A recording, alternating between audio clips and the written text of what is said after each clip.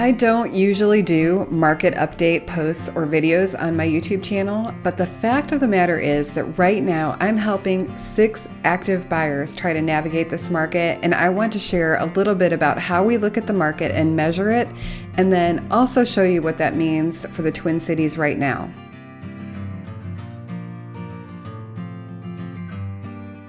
Hi, I'm Schumann. I'm a realtor here in the Twin Cities. I make videos to help people make good decisions about moving to or within the Twin Cities.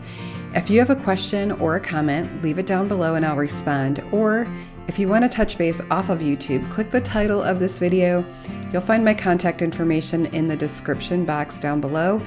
And while you're in there, you can download any one of the free guides that I've linked to there.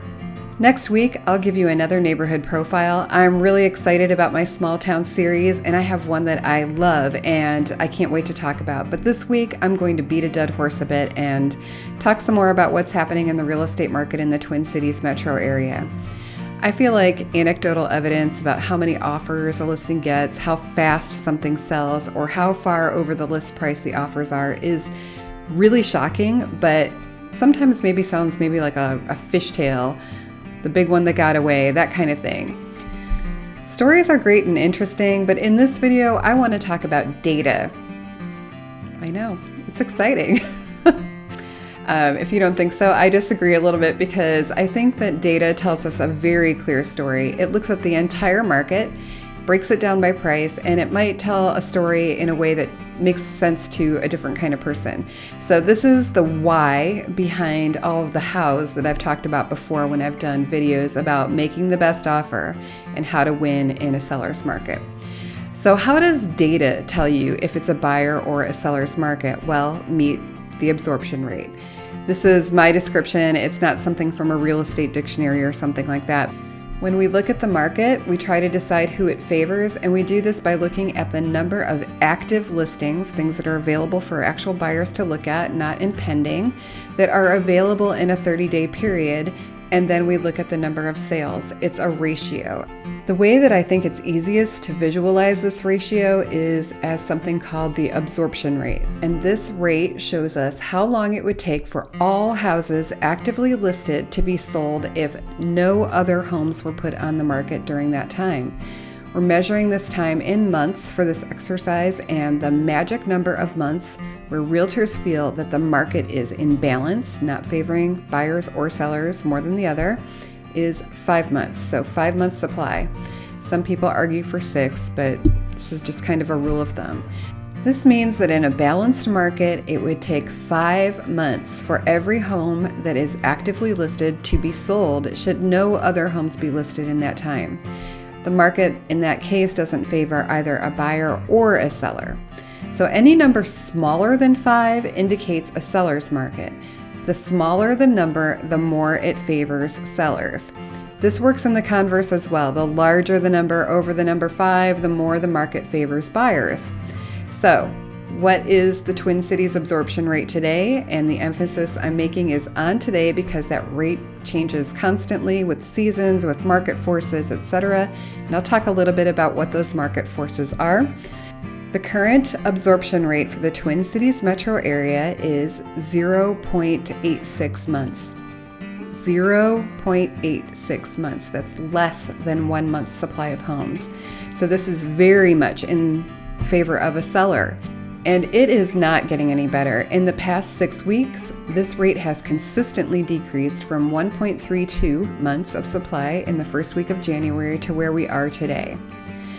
The last half of 2020 was a crazy market, and then due to COVID hitting in spring and the uncertainty that brought with it, there was a lull in what would typically be a busy spring market.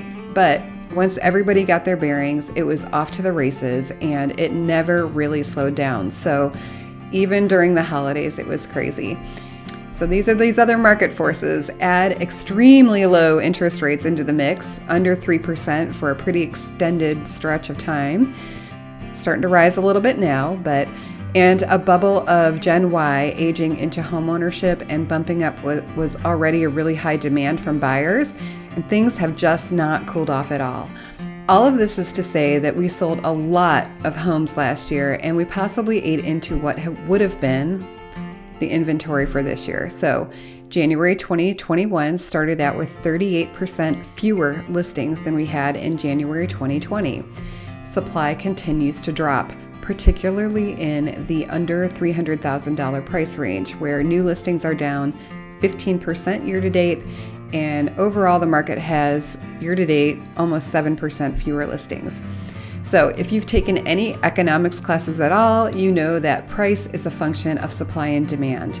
We have low supply and high demand, and that's pushing the prices higher as people bid against each other for the scarce resource of a new home.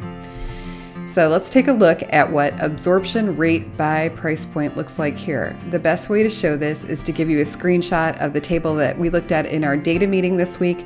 And I love this table because it breaks out by general price points, and you can really see the trend over the past 9 to 10 months. You'll notice that higher price points have slightly looser markets because there are fewer buyers that can manage those budgets. I do think that the $500,000 to $1 million price range may need to be broken up a little bit, because at $500,000, there's still quite a large bubble of buyers that are able to enter the market and compete for homes at that price. There may be a bit of a break closer to the mid-600s where the ratio gets closer to that 1.4, but I think $500,000 is still pretty competitive. That's the geek light version of the market at this point in time in the Twin Cities, an opportunity for me again to encourage you to be as prepared as you possibly can be before you enter the fray. You really need to be in the best possible position if you want to land at the top of the heap when you get into this market. So let me know if you have questions. I would love to hear from you, and I'll see you next week.